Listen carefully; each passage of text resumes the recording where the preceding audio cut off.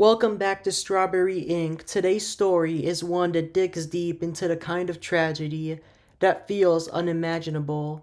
And yet, it happened not once, but twice.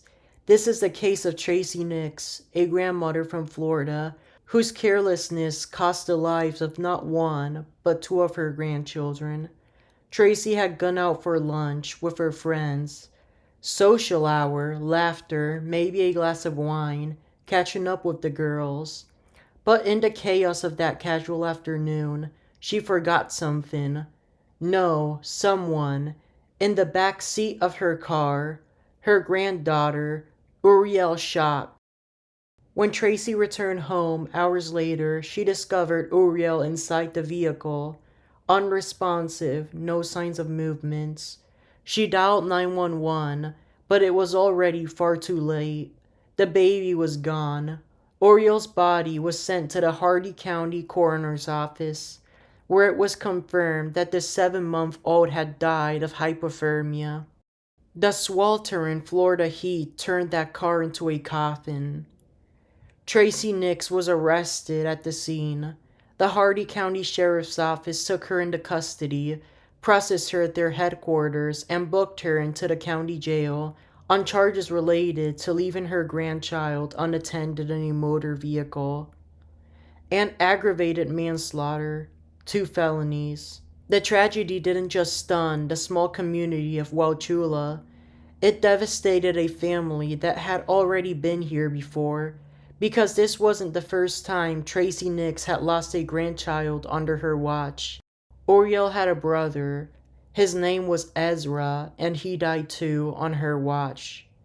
Ezra drowned in a pond while under Tracey's care. The pond was in her backyard. She'd left him unattended, but in that case, there wasn't enough evidence for prosecutors to bring charges. No one was held accountable. There was a funeral, tears, grief, and then life moved on. But not this time. On November 8th, 2022, the Roberts family funeral home once again held a service for the family, this time for baby Uriel. It was held at the First Baptist Church in Wauchula, the same community, the same pain, only with another tiny casket. In court, Tracey appeared before Judge Michael Radin. She entered not guilty pleas for both her charges. She announced that she will be hiring her own attorney, and her case will be assigned to Assistant State Attorney Timothy Coleman. Bond was set to $100,000. Tracey posted it quickly with financial help and walked out of jail, for now. But she wasn't taking a plea, she maintained her innocence adamantly. Still, the public wasn't buying it. The press coverage was relentless. So, the presiding judge granted a change of venue due to growing media storm. Judge Reynaldo Ojeda moved the case to Polk County, which was nearby. The new judge was now Polk County Judge Brandon Rafful. By January 2025, the courtroom was ready. 12 jurors sat through a painful, controversial trial. Emotions ran high. Every detail was dissected, and in the end, Tracey Nix was found guilty of the unsupervision felony, but not guilty of aggravated manslaughter. Her bond was immediately revoked, and she was taken back into custody and returned to the Hardy County Jail. But her time there didn't last long. Weeks into her stay, Tracey was harassed and pinned to the wall by 2 inmates, demanding her money.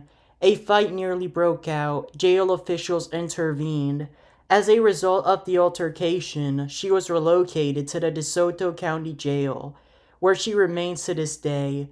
As for the 2 inmates, they later bailed out. Then came sentencing. On April 3rd, 2025, Judge Rafful handed down a 5-year prison sentence. Tracey Nix didn't cry. She didn't ask for mercy. She filed an appeal. Today, she's still in the DeSoto County Jail, at least at the time of this recording. Her appeal is pending in the higher courts.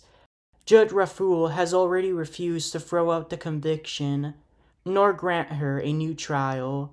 So now it's up to the appellate system to decide whether Tracey Nix will serve her full time in prison, or if she will get away with it in the end and be released.